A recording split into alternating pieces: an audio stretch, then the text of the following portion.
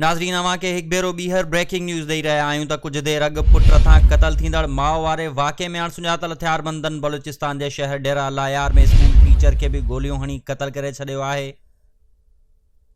अवां खे हिकु भेरो ॿीहर ॿुधाए रहिया आहियूं त जैकबाबाद में जाबदार पुट रियाज़ अहमद मरेठो पारां पंहिंजी माउ आबदा परवीन खे क़तल कयो वियो आहे। साॻे वाक़े जी कड़ी में बलूचिस्तान जे शहर डेरा लायार में स्कूल टीचर खे बि क़तल कयो वियो आहे। डेरा लायार जे मक़ामी सहाफ़िन मौजिब अणसुञातल हथियारबंदनि चाइना कैंप वेझो फायरिंग करे स्कूल टीचर वहीद मुराद रखशानी खे क़तल करे छॾियो आहे ऐं वाक़ियो जैकबाबाद में क़तल थियल औरत आबदा परवीन सां ॻंढियल आहे। जॾहिं त इहो बि ॿुधायो पियो वञे त वाक़ियो कारहं जे मामले तां पेश आयो आहे। ज़रियनि दावा कई आहे त जैकबाबाद में क़तल थींदड़ औरत जे ॿिए पुट डेरा लायार में स्कूल टीचर खे क़तल कयो आहे।